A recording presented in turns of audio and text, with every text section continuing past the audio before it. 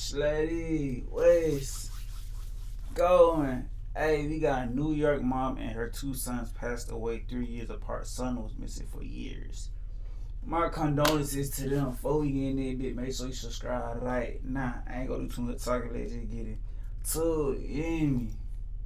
The parents of the young boy is now facing a new challenge, as the mother of that boy, Jalen Griffin, has now passed away. As humanly possible as I can say, this one really hurt. So we're going to continue to look for Jalen, even though his mother has gone. This picture right here on this freaking shirt. As family, siblings, grandparents, and a dad, and they still want answers. So we are going to continue. This strong mother who did any and everything she could to get resolved to these things that tormented her on a daily basis, like who killed her son Jawan and where's her son Jalen. Jalen is still in this area. Whoever is harboring him is disgusting. It's inhumane to make you feel like you're better than anybody else and take someone else's child and keep them to the capacity where he has missed his brother's funeral. His mother has passed away. His nieces and nephews have had birthdays and things without him. How dare you? And whoever was the coward to have done anything to him, may you feel strong conviction in your spirit and get no rest and no peace until we get Joanne's baby home. Fam, so this video crushed me. Today we're going to Buffalo, New York. We got to talk about a young kid who was found after being missing for 4 years. But where he was found and how he was found is what drew concerns. Not to mention, his mother lost her life months prior to finding her son. On top of that, when the young boy went missing, her other son lost his life on the same street due to gun violence. Today we're going to see who this victim was, pay our respects, go into details after doing some research and trying to find out who allegedly held responsible, who could be at least, and try to provide some facts with some context as we continue to search for information. So before we go over this one, remember, I don't give you no aim, I just give you the story. So with that being said, make sure you like, comment, and subscribe. We're going to jump right to it. August 4th, 2020, in Buffalo, New York, a young kid that goes by the name of Jalen Griffin, just 12 years old at that time, was last seen. Born April 22nd, 2008. Black male, 5'3", and about 145 pounds. Jalen had left his home on Warren Avenue on the east side to go to a corner store and just vanished. Since then, with help of the FBI, the state police, the case has been handled by the Buffalo Police Special Victim Unit. Just a few months later, after Jalen disappeared, his 18-year-old brother, Jawan Griffin, was shot and killed near his home. And death of these two kids. The mother was emotionally devastated. Her and her health rapidly declined. This was one of the last interviews she gave in regards to trying to find her son 4 years later before she passed away herself. Check it out. Knows what happened to him. For sure. What do you have to say to that? Or for the person that's out there who did it to him or who know what happened to them, think that you have a family, and how would you feel if something like this happened to your family? You know, what happened was wrong. And for the person who did it, all I can do is pray for you. September 18th, 2023, Joanne Ponzo had lost her life at Sisters Hospital after her health had rapidly deteriorated. She was 48 years old. May she rest in peace and love and condolences to her family. A friend named Camara Morris had quoted, she struggled. Tell them why should people join us on June 13th? Because the game's changed. I know that sounds trite. There are a bunch.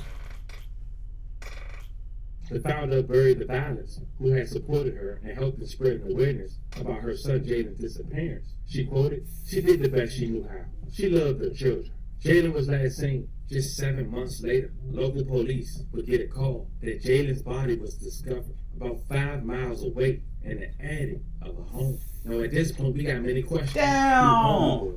How long has his body been there? Wow. A attic? What the fuck? wrong with that? The police would get a call that Jalen's body was discovered about 5 miles away in the attic of a home. Now, at this point, we got many questions. Who home it was? How long has this body been there? Why was no one notified? A decomposed body for 4 years? What about 4 years? What the fuck? Fuck wrong with that, boy? Hey, that nigga got going on, boy. 4 years? Decomposing? What the fuck? the aroma, the smell? And before we even break down anything else more, I want you guys to hear from a neighbor. Check it out. Y'all Neighbors of niggas 107 tripping. Sheffield are telling 7 News they've had concerns with the 4-unit house and the people living there for years. That house is mainly the only issue on our street, I would say. This neighbor did not want to be named, but tells my colleague Maki Becker and I about a troubling situation. About a year or two ago, I was walking my son down the street, and one of the ladies living in the residence at the time chased me down with a bat. Another neighbor says she received cell phone alerts that convicted sex offenders on the sex offender registry had moved into 107 Sheffield. 7 News found records to confirm one of those individuals was booked in jail just 1 month ago on a new sex charge. And Maki found an ongoing lawsuit that sheds light on past problems there. This lawsuit has to do with a tenant here who's accused of starting a fire inside the house that then spread to another house, causing $130,000 in damage. Police say the body of the Oh, hell no, 12-year-old I who'd gotta been go. missing since August of 2020 was found Friday in the attic of 107 Sheffield. If you had the option to move tomorrow, would you? Oh, I'd move today. I just don't feel safe in my own house. If I'm after doing my research myself, check out who this house owned by. This property was purchased in 2011 for $54,000. The buyer name was Sunrise West LLC, which is an LLC for the funding and purchases of Spectrum Health and Human Services. And if we look at their website, it talks about how they help people with mental illness and people with heavy substance abuse problems.